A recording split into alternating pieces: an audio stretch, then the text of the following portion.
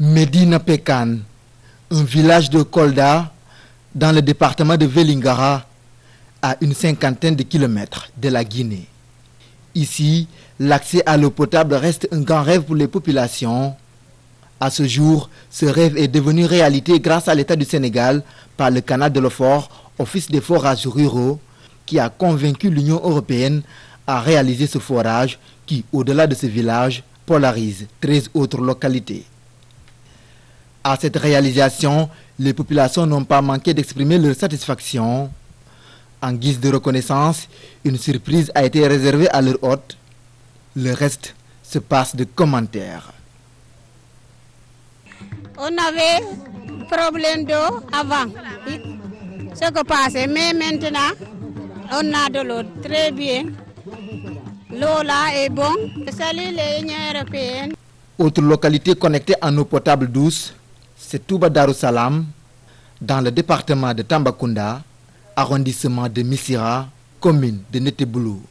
Ici, l'eau coule aussi désormais à flot, au grand bonheur des populations, dont celle de 19 autres localités, également connectées à cette source de vie. Et cela, les populations en sont très satisfaites.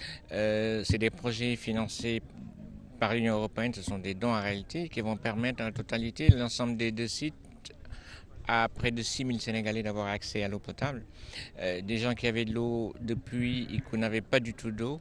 Et je pense que c'est une avancée significative pour l'amélioration des conditions de vie des populations. On a réalisé aujourd'hui plus de 52 forages, dont ces 2 forages que nous avons visités depuis ce matin. Aujourd'hui, le grand défi qui est en train de relever, c'est l'engagement aujourd'hui de l'OFOR dans la gestion de ces infrastructures. Ce programme de l'État ne se limite pas à cela. D'autres composantes comme l'assainissement, le maraîchage, l'élevage sont inclus et d'autres localités sont aussi ciblées. Ce que nous sommes en train de faire est en parfaite cohérence avec la vision de son Excellence, le président Macky Sall, qui fait de l'équité sociale un des piliers de sa gouvernance. Je pense que c'est un ensemble de promesses qui avaient été faites aux populations qui sont en train d'être tenues.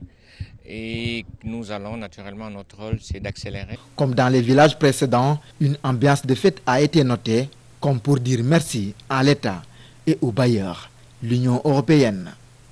Autre localité parcourue, c'est Koupentoum Sosé, village du département du même nom. Dans ce village, l'accès à l'eau potable douce sera bientôt une réalité. Les travaux de réalisation sont lancés par l'État du Sénégal via l'OFOR, l'Office des forages ruraux.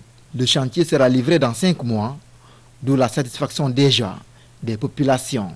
Et quand ce programme sera finalisé, je ne parle pas de Koupentoum, je parle de 8 millions de Sénégalais qui sont dans le monde rural et qui n'auront plus de problème d'accès à l'eau potable.